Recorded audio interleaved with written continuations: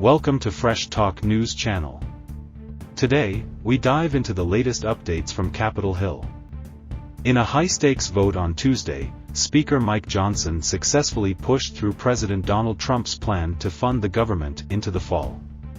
This move overcame fierce opposition from far-right Republicans as the GOP races to avoid a government shutdown by Friday at midnight.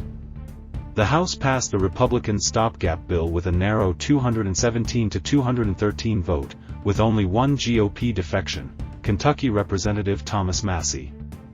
This vote now puts pressure on Senate Democrats to decide whether to support the measure or risk a spending showdown with Trump, potentially triggering a shutdown.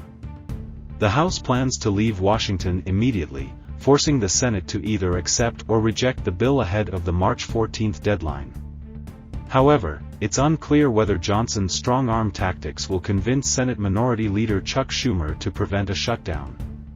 At least 8 Senate Democrats would need to join Republicans to pass the bill, which includes none of the concessions Democrats have demanded to protect Congress's spending powers during the Trump era.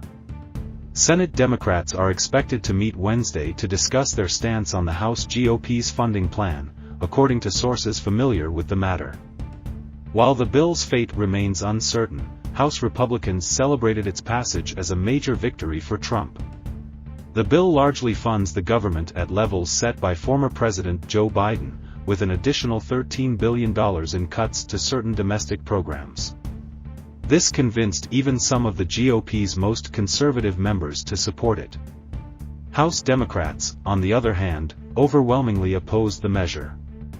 House Minority Leader Hakeem Jeffries stated, "The strong House Democratic vote in opposition to this reckless Republican spending bill speaks for itself." Despite a fierce whip operation led by Jeffries, one Democrat, Maine Representative Jared Golden, broke ranks and voted in favor of the bill. Golden explained his decision in a post on X, saying, "Even a brief shutdown would introduce more chaos and uncertainty at a time when our country can ill afford it. My vote today reflects my commitment to making tough choices and doing my job for the people of Maine." Before the vote, Johnson worked tirelessly to rally his members, with significant backing from Trump and his White House team.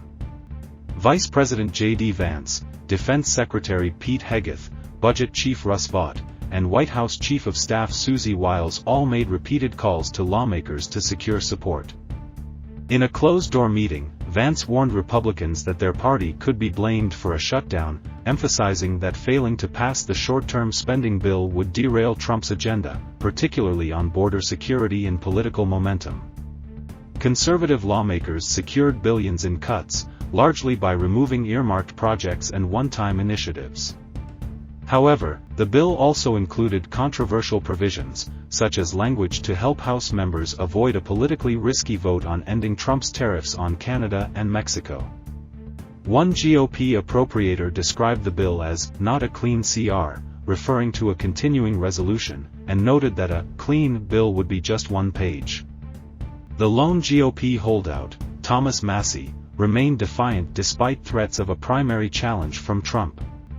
Massie expressed confidence that Trump couldn't successfully challenge him in a primary, suggesting the president's threats were meant to keep other Republicans in line. This story has been updated with additional details. Thanks for watching Fresh Talk News Channel.